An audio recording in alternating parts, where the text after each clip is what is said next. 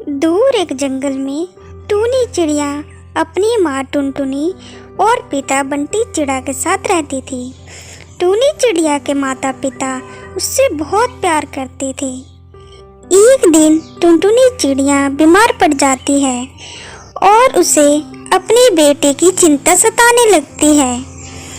ऐसे में एक दिन टुनटुनी चिड़िया धूप सेक रही थी, तभी वह देखती है उसके पड़ोस में रहने वाली भूरी चिड़िया की सौतेली माँ उसे धक्के देकर घोंसले से बाहर निकाल देती है। यह सब देखकर टुनटुनी चिड़िया बहुत डर जाती है और वह सोचने लगती है, अगर मैं मर गई तो मेरी बेटी का क्या होगा? अगर बंटी ने मेरे मरने के बाद दूसरी शादी कर ली तो सौतेली माँ मेरी बेटी को इसी तरह घर से बाहर निकाल देगी। जब शाम को बंटी चिड़ा घर लौटता है तो टुनटुनी उससे कहती है, सुनो जी, अगर मैं मर गई तो तुम दूसरी शादी मत करना। सौतेली माँ मेरी बेटी पर बहुत अत्याचार करेगी। यह सुनकर बंटी चिड़ा उसे समझाते हुए कहता है, टुनटुनी, मरे तुम्हारे दुश्मन, ये तुम कैसी बातें कर रही हो? तुम्हें कुछ नहीं होगा, तुम जल्दी ठीक हो जाओगी। नहीं, तुम्हें आज मुझसे ये वादा करना ही होगा कि मेरे मरने के बाद तुम कभी दूसरी शादी नहीं करोगे। टुनटुनी, मैं तुमसे वादा करता हूँ कि मैं दूसरी शादी नहीं करूँगा। कुछ दिन ऐसे ही गुजर जाते हैं। टुनटुनी की हालत दिन पर दिन बिगड़ती जा रही थी और एक दिन वह मर जाती है। टूनी चिड़िया अपनी माँ से लिपटकर रोने लग जाती है। उठो ना माँ, तुम क्यों नहीं उठ रही हो? माँ, कुछ तो बोलो, अपनी बेटी को इस तरह छोड़कर कहाँ चली गई माँ? आंखें खोलो, उठो ना माँ। अपनी बेटी को रोते देख बंटी उसे चुप कराता है।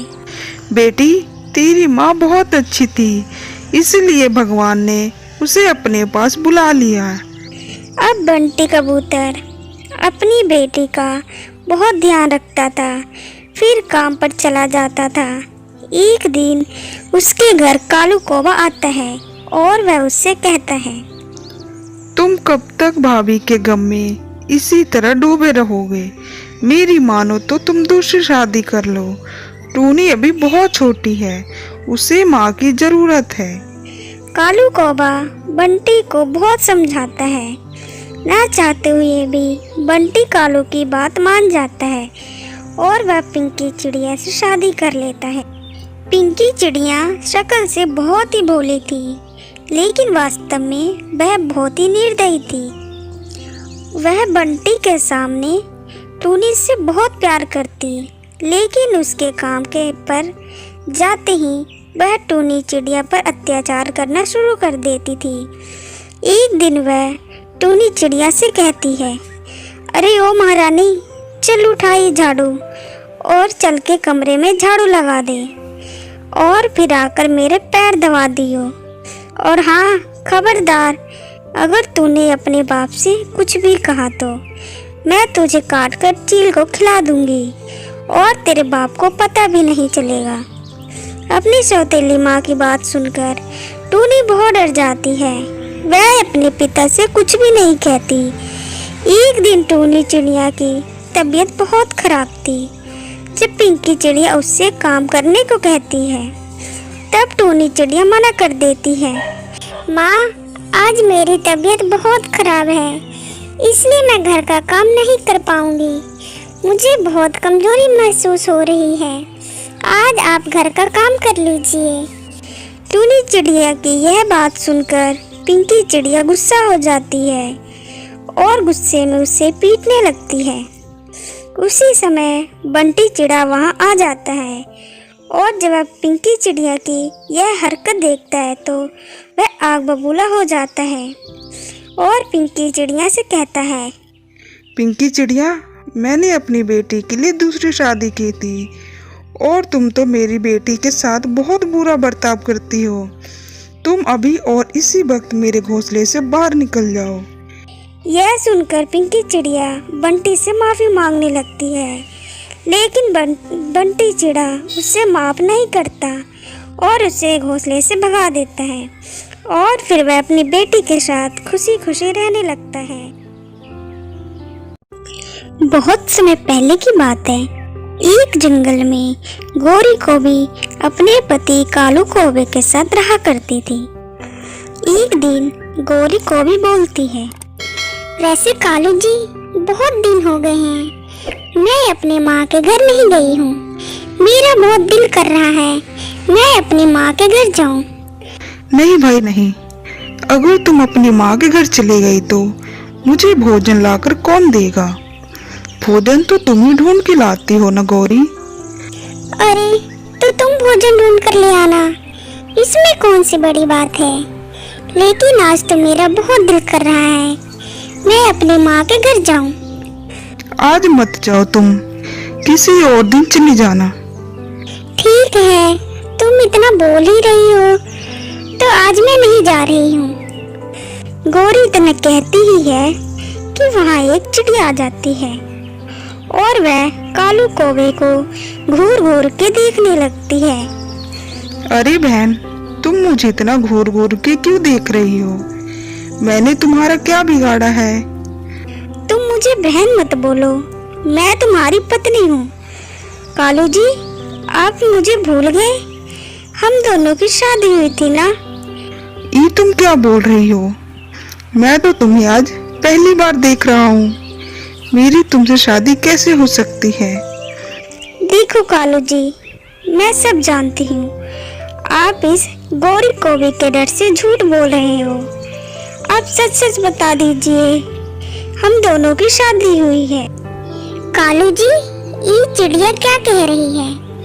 आपने इस चिड़िया से कब शादी की और आपने मुझे बताया भी नहीं। अरे भाई, ये चिड़िया झूठ कह रही है। मैंने इस चिड़िया से कभी शादी नहीं की, बल्कि आज पहली दफा मैं इस चिड़िया को देख रहा हूँ। अरे भाई चिड़िया, मैंने तुम्हारा क्या बिगाड़ा है? तुम मेरा और गोरे का झूठ मूठ का झगड़ा क्यों करवा रही हो? मैं झूठ क्यों कहूँगी? गौरी कौवी, कुछ साल पहले तुम अपनी माँ के घर रुकने गई थी ना, तो कालू जी ने मुझसे शादी की थी। मतलब क्या कालू जी, तुमने इस चिड़िया से काफी साल पहले शादी की थी? तुम झूठ क्यों कह रही हो? तुम मेरा और गोरे का झगड़ा क्यों करवा रही हो? चलो जाओ यहाँ से। कोई यहाँ से कहीं नहीं जाएगा। कोई जाएगा तो वो मैं जाऊंगी। बस बहुत हो गया, मैं अपनी माँ के घर हमेशा हमेशा के लिए जा रही हूँ। ये सारी बातें चली रही होती है, तभी वहाँ टूनी चिड़िया आ जाती है। टूनी चिड़िया कहती है, क्या हो गया गौरी, तुम सुबह सुबह कालू कौवे से क्यों लड़ रही हो? देखो ना टूनी चिड़िया, कालू ने इस चिड़िया से दूसरी शादी की हुई है और मुझे बताया भी नहीं। टूनी चिड़िया, अब मैंने सोच लिया है, अब मैं कालू कौवे के साथ नहीं रहूंगी। मैं हमेशा हमेशा के लिए अपनी माँ के पास चली जाऊंगी। टूनी चिड़िया, मेरा यकीन करो, मैंने इस चिड़िया से दूसरी शादी नहीं की है। ये चिड़िया बिना वजह झूठ कह रही है।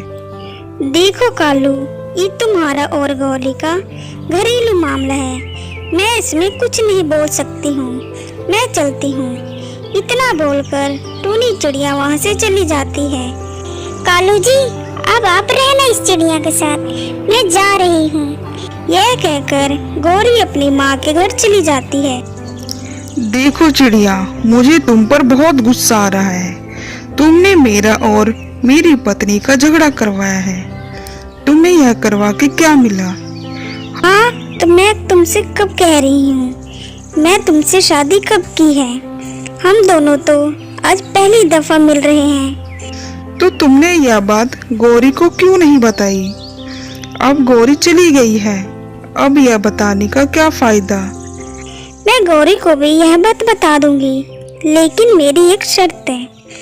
अगर मेरी शर्त मानोगे तो मैं तुम्हारी पत्नी को तुम्हारे घोंसले में वापस ले आऊंगी। क्या शर्त है तुम्हारी, बताओ। तुम तुम मुझे भोजन से भरी हुई पोटलियां ला के दे दोगे तो मैं तुम्हारी पत्नी को जाकर सच सच बता दूंगी। क्या मतलब? तुम ये सब भोजन के लिए कर रही थी? लेकिन मेरे पास इतना भोजन नहीं है, तो मैं कहाँ से दूं? तुम्हारे पास कल तक का समय है। मैं कल इसी समय तुम्हारे घोंसले में आऊंगी। तुम मुझे भोजन से भरी हुई पोटलियां दे देना। इतना कहकर वह चिड़िया वहां से चली जाती है। बाप रे बाप, ये बैठी बैठाई कौन सी मुसीबत पैदा कर ली। अब मैं भोजन की पोटलियां कहाँ से ला के दूंगा? लेकिन अगर मैंने उसे भोजन की भरी हुई पोटलियां नहीं दी तो गौरी कभी भी अपने मायके से वापस नहीं आ पाएगी। मैं गौरी के बगैर कैसे रहूंगा? मुझे किसी भी तरह उस चिड़िया को भोजन देना ही पड़ेगा। और फिर कालू भोजन की तलाश में वहां से चला जाता है। वह भोजन ढूंढता ढूंढता वहां से जा रहा होता है, लेकिन कालू को भोजन का एक भी दाना नहीं मिलता।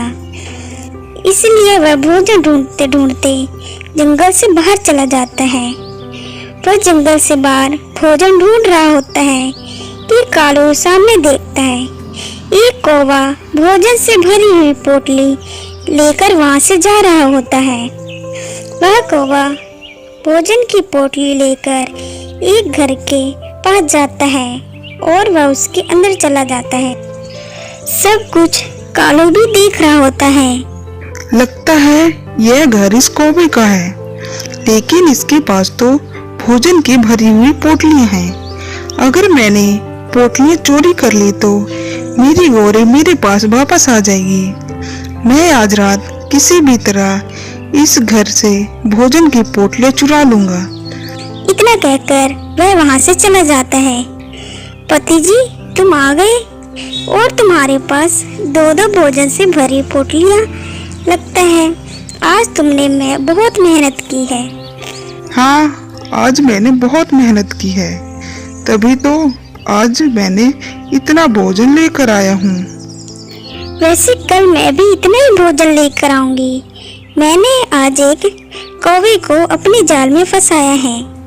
कल वह कौवा मुझे भोजन से भरा पोटलियां लाकर देगा और फिर वह कौवी अपने पति को सारी बात बता देती है जो उसने कालू के साथ किया था। मैंने तुम्हें मना किया था ना, तुम गलत काम नहीं करोगी, लेकिन फिर भी तुमने गलत काम किया। पति जी, ये आखिरी बार है। इसके बाद मैं कभी भी किसी को भी अपने जाल में नहीं फंसाऊंगी। अच्छा ठीक है, सिर्फ और सिर्फ आखिरी बार ही होना चाहिए। इसके बाद तुम ये गलत काम नहीं करोगी। मैं मेहनत करता हूँ, तुम भी मेहनत ही करोगी। और फिर जंगल में रात हो जाती है। चलो भाई चलो, अब रात हो गई, जल्दी से जाता हूँ। मैं भोजन की भरी पोटलियां चोरी कर लेता हूँ।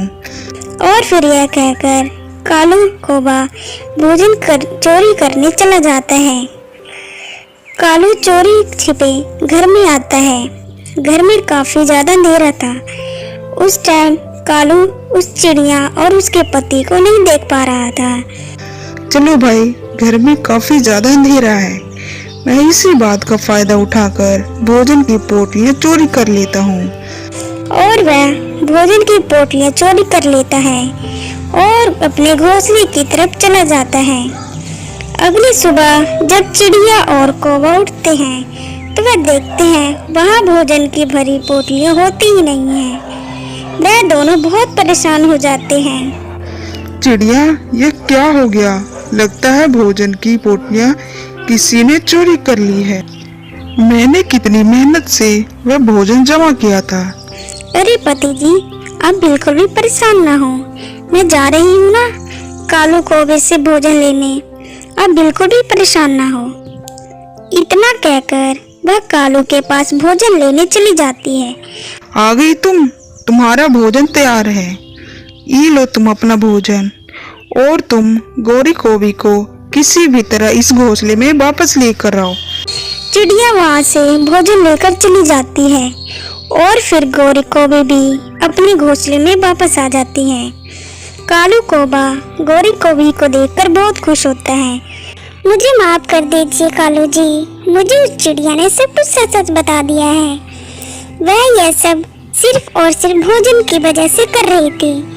और कालू भी गौरी कौवी को माफ कर देता है और फिर दोनों खुशी खुशी रहने लगते हैं।